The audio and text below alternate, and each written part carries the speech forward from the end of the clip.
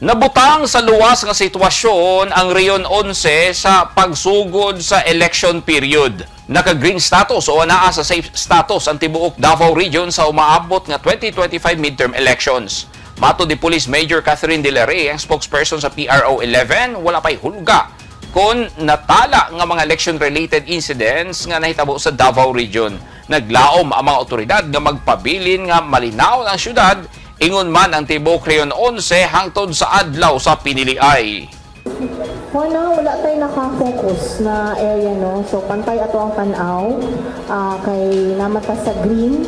Pero tanan mga provincial offices, including Davao City, na instruction from our regional director to coordinate with the mga candidates kung naaba sila yung mga threat, kung kailangan ba nila ang support or extra security kay paningkamutan ng region nato na walay mahimo na mahitabo na election-related incidents.